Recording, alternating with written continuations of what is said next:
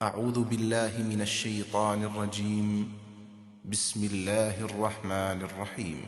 ولو أنهم آمنوا واتقوا لمثوبة من عند الله خير لو كانوا يعلمون.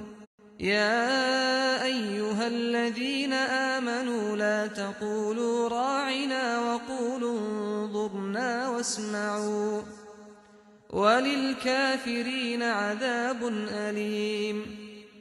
ما يود الذين كفروا من أهل الكتاب ولا المشركين أن ينزل عليكم من خير من ربكم والله يختص برحمته من يشاء والله ذو الفضل العظيم. اور اگر یہ ایمان اور تقوی اختیار کرتے تو اللہ کے ہاں جو صلہ انہیں ملتا وہ ان کے لیے کہیں بہتر تھا. اے کاش یہ سمجھتے.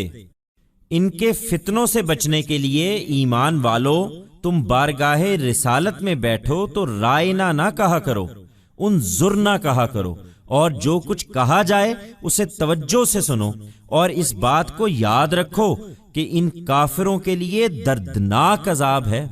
اہل کتاب ہوں یا مشرکین، ان میں سے جن لوگوں نے کفر کیا ہے وہ نہیں چاہتے کہ تمہارے پروردگار کی طرف سے کوئی خیر تم پر نازل کیا جائے. یہ احمق نہیں جانتے کہ اللہ جس کو چاہتا ہے اپنی رحمت کے لیے خاص کر لیتا ہے، اور نہیں جانتے کہ اللہ بڑی عنایت فرمانے والا ہے. And had they embraced faith and adopted righteousness, far better, for them, was the reward they would have reaped before God. Would that they but knew it. To protect yourselves from their mischief, believers.